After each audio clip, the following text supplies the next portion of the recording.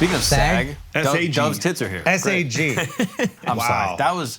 Wow. You know my That big was unnecessary. Ride high. You know that they're fucking up at least. That was crazy. That was Why wild. you do that? Off. Why? I apologize. You've been working out so fucking much. That kinda hurt, Didn't get a chance I to take his shirt apologize. off. Look at it. He's fucking. You got him crossing his. He's I know. hiding his saggy tits down. Like that's Saggy fucked tits. up. I'm sorry. That's what he just said. I don't have saggy tits though. He just Never. said that. Wait. Did you miss the Why are you joke? saying his tits are saggy?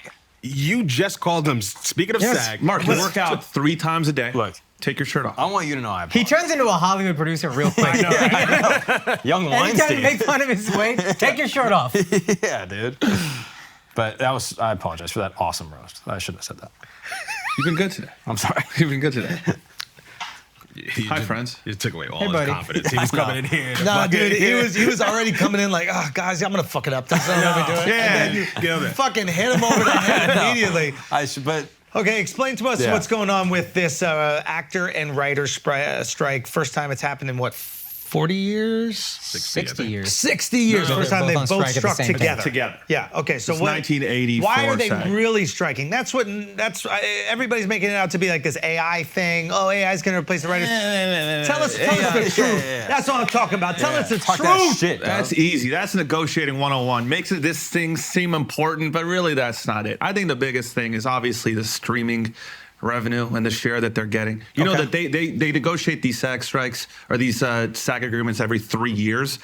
Things change a lot in 3 years, obviously, with streaming. I think the biggest reason why this is so tough, and you guys should talk about, like, what would you do in this situation, but the people that own the streamers are some of people like Apple aren't necessarily like equating it to like revenue, right? They're just trying to grow the actual streaming platform and so and so other ones. They used to do it with Nielsen. It's like, this is the viewership, this is what we could sell ads for, and this is how we can evaluate these shows. I don't think that they've got, they're not sharing what the actual... Oh, that.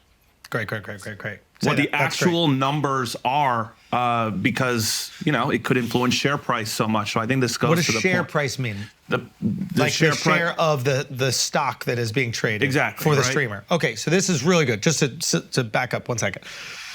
Streamers notoriously have not shared the views for shows. Sometimes they'll say, oh, viewed 10 million times or something, or they'll be like, the #1 streamed movie on Netflix, but you don't know the exact. Nielsen was giving you a pretty Straight dope. accurate number. And then I think when things went digital, before it went streaming, so when people were watching on Cablevision or these things, you had like I don't want to say almost exact, but like a near exact number, how many were watching on these like digital cable platforms, right? So you could sell that show to the audience pretty well. You knew, hey, 10 million people are watching, so this is what we're going to do. We need ads that are worth 10 million viewers. Now that these streaming platforms are streaming the shows and they're not being transparent because they don't need to, because they're not selling them to the advertisers, right? The transparencies don't need. They're not giving that transparency to The writers. the writers and to the actors. Yeah, writers Right? could figure out, oh, they sold this many ads at this price. This is how much they made. This is what we deserve. Now, to make the argument for them, they're going, motherfucker, we ain't even making money. Yeah. What we're doing is losing money to build up the streamer. So we're paying you all, making all these fucking shows, losing all this goddamn money. You want us to give you a percentage of what we're making? You're going to be paying us. yeah. So, like, example, like but that HBO is Max can also- come around, but look at the but- battle right now. Like, HBO Max has like decades and decades of content that they can just throw on that streamer that they just create out of nowhere. Now it's Max. Netflix, which could before license it, now has to produce their own content. So they're all of a sudden spending $8 billion to make new content so people stay with them. So it's this battle that different folks have to say, like, what's the actual They valuation? haven't figured They out haven't figured it how out. to evaluate the cost of a view. So the music industry has kind of done this with streaming. They have a price per stream, and it varies from Apple to Spotify to Google Plays or whatever, yeah. Tidal. But I don't think streamers have figured out the price per stream of a show yet. And SAG wanted, I mean, this was one of the requests, that they wanted 2% of the revenue that each show generates for a streaming platform to be paid to performers. And It's like, how do you calculate that? So watch this. So they wanted to go with a content valuation tool, Parrot Analytics, and that uses Google searches, social media mentions, and other data sources to measure demand for each show, which then you got to get everyone agreeing that that's the new way that we're supposed to do it. So surely these streamers are probably underpaying the writers and actors, but I imagine it's not so far underpaid compared to what the actors think is happening, because they're not even making money. Like, Netflix has to make a bunch of shows because they can't license everything anymore because these different studios have their own streamers. Yeah. So they're in this mad dash to create content, or else there's nothing to be watched on their fucking platform. So they're making shows, and on some level probably going, we don't give a fuck that much about these shows. We just need things out here to justify these people spending every month. Whereas the writers and the actors are going, we need our fair share. And they can't go to them and say, we don't give a fuck about your stupid show. We just need bullshit for right now. We need to grow in Europe. And how do you grow in Europe? You need to make really commercial, star-driven projects. So we overpay these stars, and then we realize, shit, now genre is what works, or these types of murder docs. And you kind of are just scrambling to say, like, our mission right now is growth, and you can't, people get left behind. To what you were saying earlier, you can't admit publicly that nobody's watching the shows you make. Because then you look weak, your share price goes down. The share price drops. And all of these streaming platforms are in the game where the share price dictates how much they can spend, right? Because none of them are making money yet. Yeah. They're not profitable. Yeah. Right? But the share price is profitable. So as long as people are not profitable, but as long as people are investing, it justifies the spending. So it's a real go. The one thing I don't understand, couldn't they just give them the numbers of the shows that they license? Because isn't that the same thing as the syndication? So they don't have to give the numbers for like their original content shows, but any show that's being licensed, they can give those shows the numbers and be like, hey, we're going to pay you. What's the...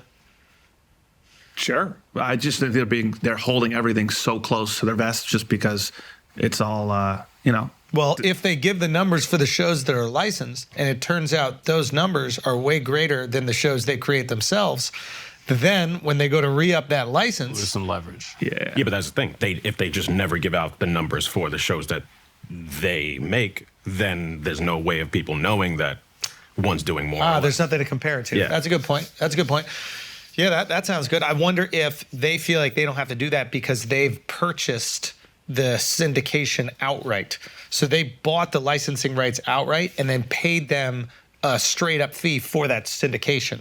So they're like, we already paid you for that. Why would I tell you what the shows are doing in syndication? Yeah, if I didn't they already pay like paid you a $100 fee? million for Friends for 1 year? And then the crazy like performers that? and writers don't get any of that?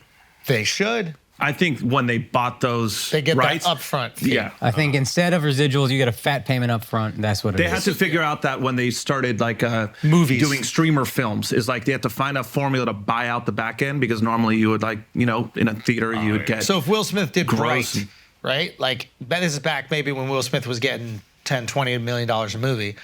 He needs that fee of 10, 20 because that's what he would get in a movie theater. Plus he needs what the movie gets in syndication when it's sold to HBO afterwards. And then after that, when it's sold to Channel 11. And DVDs. Exactly. So they're like, we're just gonna give you 20 million up front to do Bright. That's what Netflix says. And then you just go, okay, I think that's worth it. Yeah. But I don't know. And there's really no way to quantify the value of a stream just now because they're not profitable. Yet Spotify, I don't think, is profitable. I mean, And they figured I it think about out. all these like Uber, like meal sharing and all that shit. Like none of those are making money. They're all just dumping VC money to try to Yeah. take up market share. Spotify gives their numbers, though. That's true. Yeah, it's very public. Spotify shows all of their numbers. So an is- artist can be like, yo, look, I remember people were saying this about Drake. Like, he accounts for like a fourth of the music industry just in terms of streams. So So why would his percentage be the same as an artist that's not bringing on anybody? What if it's time spent on the app per dollar spent? What is it for your subscription?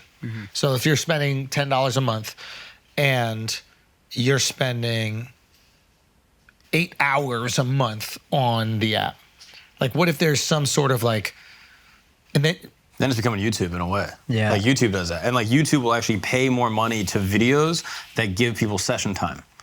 What is Have that? you heard What this? is session time? So like if there's an amazing YouTube documentary about pyramids that like has 10 million views, they'll get paid for every time people watch that video, but also they'll get paid for the watch time if that video leads them to spending 2 more hours on other videos that aren't theirs. I was about to say, Shit. Yeah. Really? dude, It's a smaller percentage, but they will still get money for creating session time. So if you created a wormhole, this is what the wormholes. Yeah. The wormhole effect. This is the thing, and this is I imagine like later, but yeah, that's what I was, early on in the YouTube days, it was like we were creating the YouTube stand-up wormholes. And like once you get in here, they would suggest other things that you should go watch. And we had 20 different holes that you could fall into and then get suggested the same videos that would come after. And but even if it's not your content, you still get paid. but that's the thing. Then other people, as they started doing the YouTube thing, were showing up in the wormholes we created. So, which is great. Now they also get to pop off. They More also people to get opportunities. And it's interesting on a deal-making perspective of like you're in Netflix and then all of a sudden, remember, you're not doing the 22 shows anymore and or 22 episodes per season. You can do shorter seasons, but that means that people get put out of work sooner. That's the other thing that's interesting with the writers. I understand why they're frustrated because they used to do 22 episodes a year for a show. Yeah. Now they're down to 6 to 8 on Netflix, maybe. But it was the same work also for like actors, like the work and effort to get that part or the luck that it took to get that part, and they're out of work sooner. And on the studio side, you're like, oh, wait, if the show is still now considered a success and it's shorter, and now people are still on my streaming platform and they're going down the wormholes, I don't need to pay huge contracts to re-up this season, or this show for another, 2, second, third, fourth. Like probably after 4 seasons now, you have to really pay these fuckers. Dude. Yeah. You're like, no. Before I get to that point, let me still kind of try to hit more successes elsewhere. I just thought about this. Black Mirror is always so short, and I'm like, why the fuck is only 6 episodes for They Black can't. Mirror? One, they can't afford to pay them anymore. But like, I heard this earlier in Netflix, where like the strategy was like do 1 or 2 episode seasons. And I'm trying to think. A limited series, was it? No. It was like we'll do a sitcom, not a sitcom, but we'll do a show. But like, let's make it 1 or 2 episodes. We don't have to go long. By the 6th season of Game of Thrones or something like that, you're paying what's her face, Daenerys, $10 million an episode to have 3 fucking lines. Like they got you by the balls, really. The actors. Not 10 million in it, but whatever it is. Like it was $1 million an episode, but she had 3 lines. Yeah. Like she would walk and like say a word or something like that. But you need it. They got you by the balls. And then if you look at Ray Romano, not to say they're not deserved. Seinfeld, all these guys were getting $1 million an episode. A bunch of them. It was so expensive to make the show because of that fee, right? I wonder if you're Netflix. You just need to keep people on the app, but there's diminishing returns for the popularity of the show because you're not gaining that many new subs, and you can't profit off of advertising. So it's like you almost don't want the show to get so crazy popular that the actors cost so much to make the show. You really just want it to be like Squid Game. Fire. Okay, what's the next project? Fire. Next project. Everybody pays little. It's almost like building your football team with through the draft. Yeah. And if you drop the episodes all at the same time, like most people are binging it anyway. What's the difference between 6 and 10 episodes? Yeah. It's like, so I wonder with Stranger Things, like they had this like massive series crack off through Netflix. They could potentially sink their own show by demanding more money, and then the show can't persist. Or all the actors and producers just have to be like, yeah, we'll take less money. yeah. I mean, you see what they're doing. They're doing like the spinoffs and that kind of shit. But like the great thing with the spinoff is you pay one person. Yeah. And then everybody else gets that minimum. Yeah, they get the And new rate. Netflix, so the problem with Netflix is They they get the rookie needed a contract, couple yes. anchor shows. So like they definitely put a lot of efforts to. Because they can't license it anymore. That was their big thing, is they thought that they could develop their Seinfeld, their Friends, the passive viewing shows that they had that really was like the majority of their watching. And they didn't really put it together with scripted. They put it together with unscripted. Yeah, they want formats. They got Selling Sunset. Yeah, Right? they got reality shows for sure. And some The whole F1 series, those guys are doing the Killed golf it. show. I'm watching the Killed it. quarterback show right now. Even like British Bake Off, like Killed they it. can swap out the judges and the host, and the show still works. killed it. Yeah. Yeah. But the shows that get massively popular, they just find other ways to make money from it. Because like with Stranger Things, they have like amusement park rides. Right. They have like shows and shit that they. So put what on. is that? Yeah. That is the Disney model. Yeah, merchandising. I will create an amazing cartoon. I will make figurines and toys from that cartoon. And then I will make a ride at a theme park for that cartoon. And you will spend way more money on one weekend in Disney World in your life than you will on going to see Disney movies for your entire existence. But it's just the hook to get you in. Yeah. So it's almost treating the content as bait to get you to go on a Disney cruise with your kids, to get you to go to Disney World, whatever the hell it is. You're gonna spend so much money when you go there those weekends. So I think Netflix is realizing, okay, we're kind of capped with people that can get Netflix. How else can we profit? Stranger Things live experience in They Times need a Square. Netflix theme park. They just don't have enough good scripted content. Exactly.